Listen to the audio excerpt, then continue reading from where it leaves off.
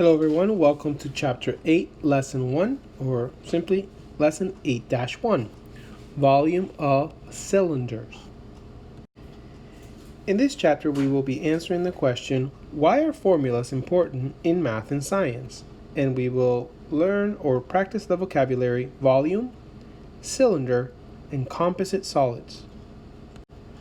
How does this lesson apply to real life? Well, let's consider jelly beans. Olivia's teacher filled a cylinder jar with jelly beans. She is awarding a prize to the student who most accurately estimates the number of jelly beans in the jar. Olivia used a soup can to model the jar and centimeter cubes to model the jelly beans. Here's the jar, right? And below it are the grid paper, okay? So set up a soup can on a piece of grid paper. Trace the area around the base as shown. So they're going to trace it. About how many centimeter cubes would fit at the bottom of a container? Remember to include partial cubes in your total. So we would have to look at the length by the width, and we see that we have about 4 here and about 4 this way. So 4 times 4 would be 16. So we could say about 16, right? Or did I miscount? No, about 16, right? Suppose each layer is 1 centimeter high. How many layers would it take to fill the cylinder? So we would need to repeat this 4 by 4, 16, and we would repeat it. We have 1, 2, 3, 4, 5, 6. Correct? So we would need 6 of them. So 3 dimensions, right? Write a formula that allows you to find the volume of the container. Well, I would have to write the volume would equal the formula for area of a circle, which is pi times the radius squared. So pi r squared, and then in order to get the volume you have to multiply that times the height. So volume equals pi r squared times the height. Just remember that this part of the formula gives you the area, pi r squared. That's how you find the area of a circle. And when you multiply it times the height, you get now the volume, a 3-dimensional figure, and that would give you the volume of a cylinder. And that's our key concept for this lesson. So the volume of a cylinder. The volume represented by V of a cylinder with the radius R is the area of the base times the height. So we would find the area of the base and then multiply it by the height. Radius is the distance from the middle, right? And pi is 3.14. So we would take 3.14 times the length of this line squared. And when we do that, we get the area, and then we multiply times the height to get the volume. And you can see it right there. So what is the volume? Volume is the measure of the space occupied by a solid. Volume is measured in cubic units. A cylinder is a 3-dimensional figure with 2 parallel congruent circular bases connected by a curved surface. The area of the base of a cylinder tells the number of cubic units in one layer. The height tells how many layers there are in the cylinder. So now let's look at example 1. Okay? Here we have, find the volume of the cylinder, round to the nearest tenth, to the first decimal place. So the volume is pi r squared times the height. Our radius is 5, as you can see right there, the distance from the middle. And our height is 8.3. So we replace those variables and we solve. So pi, right, times 5 squared times 8.3 gives us 651.88. They want us to round to the first decimal, so if we get rid of this 8, it will make this 9. So 651.9 cubic centimeters. That is the space in that cylinder. Let's look here now. Number 2. Find the volume of a cylinder with a diameter of 16 inches. Diameter is the distance across a circle. So if you have a circle, the diameter is all the way across. Remember, we need half of that for our radius. So a diameter of 16 would give us a radius of 8. Okay? Half of it. And a height of 20 inches. Round to the nearest tenth. Again, there is our formula. And like I said, half of the diameter is 8. So we replace that in there and times 20, and we get approximately 4,021.2 cubic inches.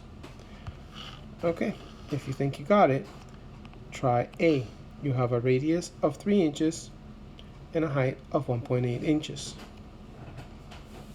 Always start by writing the formula. Always write the formula first. So volume equals pi r squared times the height. Now let's replace the variables that we know. Volume equals pi is 3.14 times the radius, which tells us 3 squared, times the height, times 1.8.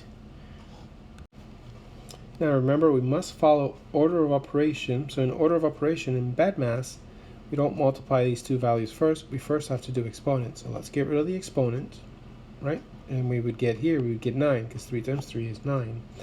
So our next line should look like this. Volume equals 3.14 times 9 times 1.8. Now it doesn't matter what you multiply first, because commutative property applies to multiplication. So when you multiply all three values, 3.14 times 9 times 1.8, you're going to get 50.868. They want us to round to the nearest tenth, so it becomes volume equals 50.9 cubic, is that what? Cubic inches. Cubic inches. Okay, and that's your answer for number 1. Now, if you don't have to write it all like that, you can simply also write it like this. Volume equals 50. Oh, I don't have enough room there to write it. Sorry, let me write it up here. Volume equals 50.9 inches cubed. Okay, that would be the shorter way to write it. Now let's look at B.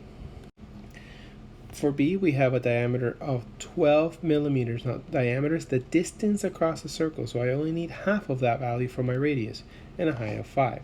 So really, my radius equals 6 millimeters, right? So volume equals pi r squared times the height. Let's replace our variables.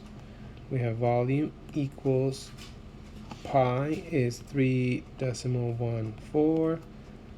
Our radius is 6, half of the diameter, squared, and our height is simply 5. Let's solve for our exponent first by doing order of operation. So now we have volume equals 3.14. 6 times 6 is 36, times 36 times 5. We can multiply all three numbers from left to right, and we get volume equals 565.2.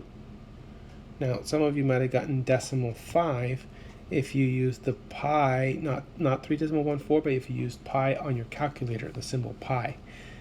So you would multiply these two and then multiply that times pi, and you would get 565.5. But because I use decimal 3.14, I get something slightly lower. Both answers are acceptable, and that's the unit is millimeters cubed.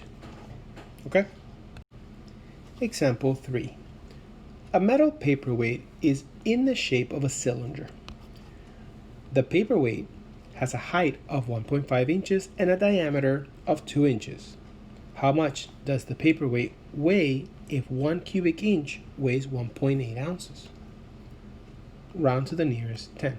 So each cubic inch in the volume is going to be multiplied by 1.8 ounces, right? For each one that we saw. We solved. So let's find the volume, and then that volume will be multiplied by 1.8 so that we can solve for the weight. Okay? So we use, as always, our formula first. Replace our variables. Now remember, they gave us the diameter. It says here it has a height of 1.5 and a diameter of 2 inches. We need not the diameter, we need the radius, which is half of the diameter. So 1 inch. And you can see that's what they did there. Times 1.5. So volume equals about 4.7 when it's simplified. Now that's our volume, and we said that each one of these cubic inches has to be, or each one of these weighs 1.8. So we have to multiply that by 1.8, as you see right there. And when you do that, you get your weight in ounces. And when you round to the nearest tenth, the decimal 46 will become decimal 5, as you can see right there. So 8.5 ounces is how much the cylinder weighs. Okay, let's try this one together. The Roberts family uses a container shaped like a cylinder to recycle aluminum cans. It has a height of 4 feet and a diameter of 1.5 feet. Diameter, again, I need half of that. What is half of 1.5? 0.75, right? The container is full. How much do the contents weigh if the average weight of an aluminum can is 37 ounces per cubic foot? Okay, so we would have to multiply each foot that we find times 37. Round to the nearest tenth. Okay, let's try this together. As I've been saying this whole time, we have to use our formula first. So let's write it out. Volume equals pi r squared times h. You should have this memorized by now.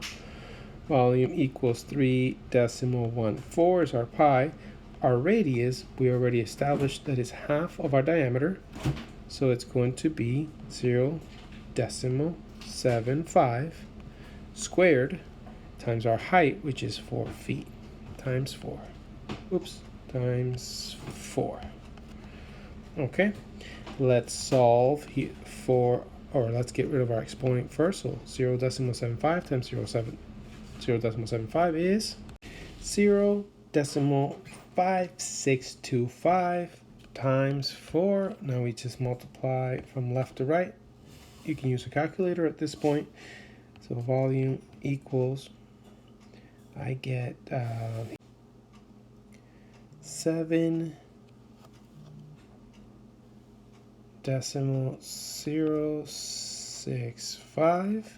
Now that's our volume, right? And they're telling us that each one of these cubic feet, right, weighs 37 ounces. So now we must multiply that times 37.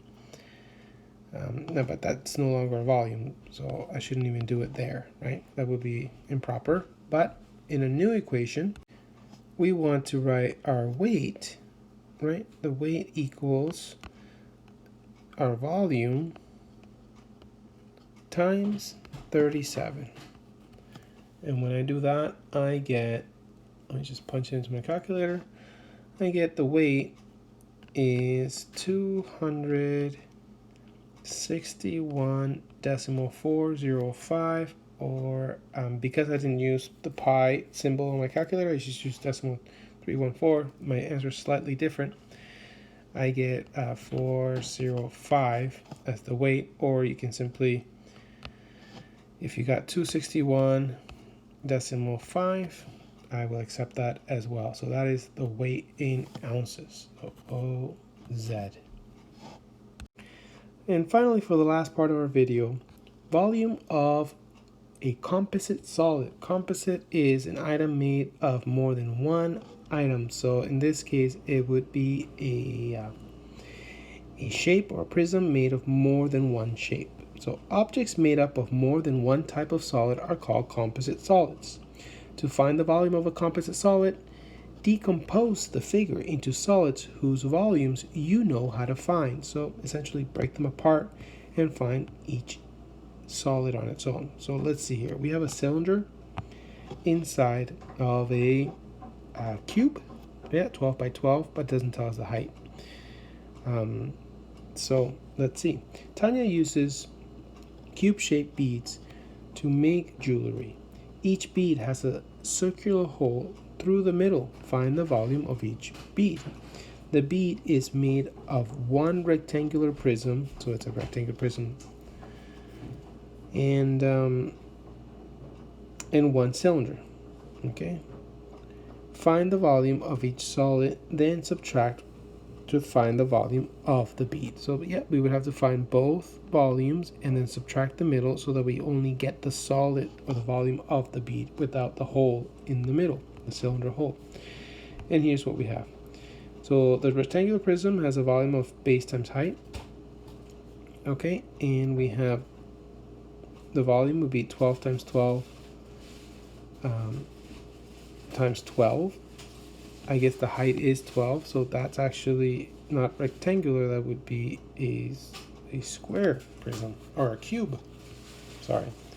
And then the cylinder is our base times height. So our base, as you know, is pi times r squared times the height. And there you have it.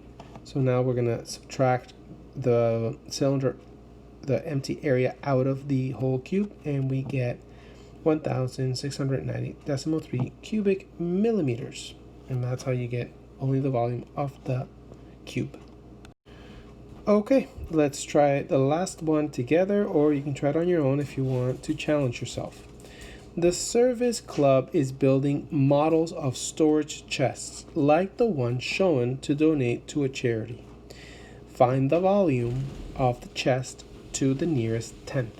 Okay, so find the volume of the chest. So it looks like we have a rectangular prism and half a cylinder. So we can find the volume of the cylinder and then slice it in half because they're only showing us the top part of it. So we add the two and we get our answer. Seems like a lot of steps, right? Well, let's try it. So we have the rectangular prism and a half a cylinder, and we're going to add those two together. So to find the rectangular prism, we have to find the volume equals the length times the width times the height. Right, that'll give us our volume. So let's replace those variables. Volume equals 30 times 25 times 50. Right, that's our height, our width, and our length, or depth, and that gives us volume equals 37,500. Okay, cubic centimeters. Right, but we're not there yet. We're not going to include the units. Half a cylinder. I have to find the volume to the full cylinder. So volume equals pi r squared times the height. Volume equals 3.14. That's my pi. What's my radius? Well, as you can see here, and this is where you have to really think about it, we have the diameter, right, the distance across the circle right there, which is right there, 25. It's the same length as the width of the rectangular prism. But we only need half of that, right? We only need this area up to there. So what's half of 25? 12.5, right? 12.5. And then our height is here we go. That's our height right there, right? Our height. So times 50. Okay, I hope that made sense. And don't forget that the 12.5 is squared. So let's square that number first. So we have volume equals 3.14 times 12.5 times 12.5 is 156.25 times 50. Okay, when we multiply all three, we get volume equals 24,531.25. Now I'll just leave it at decimal 3. Okay, now remember that's the full cylinder. We only have half a cylinder. right? As a cap, it's only half a cylinder, so I actually have to divide that number by 2. So divided by 2, because remember we're looking for the half of a cylinder, I mentioned that at the top. We get volume equals 12,265.6. And now we have to add that, as you can see that I circled right there, we have to add it to our rectangular prism so that we have our total. So when we add that there, the 12,265.6, what do we get? We get decimal 6, 5, 6, 7, 9, 4. 49,765.6 centimeters cubed. Okay, that was a long question. I hope it made sense to you. And that's it for today, everyone. See you next class.